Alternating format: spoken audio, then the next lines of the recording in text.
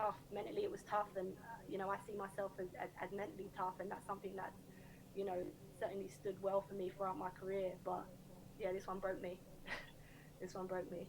At that time, I was struggling to lay down and breathe at night. So yeah, I was just more scared about what was going on, and as I say, at night time when I was feeling like I couldn't breathe, any medication, which if anybody knows me knows that I don't take a paracetamol for anything. So to take the medication, I did it because I thought it would make me better. But yeah, I didn't realize the long term effect in terms of how I would then struggle being on the medication. Not being able to breathe at night sounds terrifying, if I'm honest with you. What was the lowest point for you? It was as I was coming down off the steroids. It was when I started to get all the side effects, hair growing, on your face and your hands, and in parts that they shouldn't be on females. The moon face that was explained to me, but I probably didn't understand how it would affect me mentally. You're swelling around your face. That becomes so big. I think image being so in a women's game such a big factor.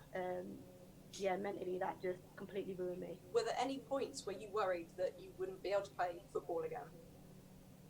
Um, I mean, I don't. Not that I couldn't play again. It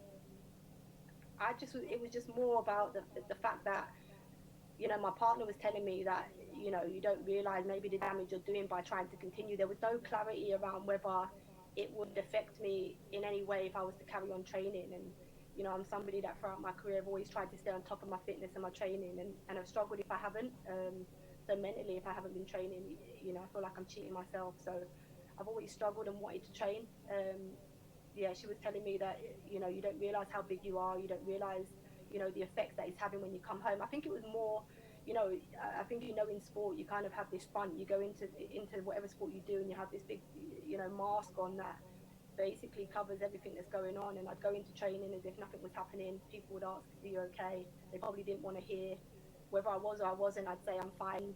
And it wasn't until I got home that actually, the swelling that then would occur within my body and my legs. As I mentioned, the breathing and the recovery become really hard. So I wasn't worried that I wasn't going to play again. I think that the whole of lockdown, we weren't playing anyway. So I kind of had that in my head that nobody was gaining an advantage in terms of they weren't playing either. But yeah, it was just, as I say, the weight gain and actually not being able to, for the first time in my career, be in control of my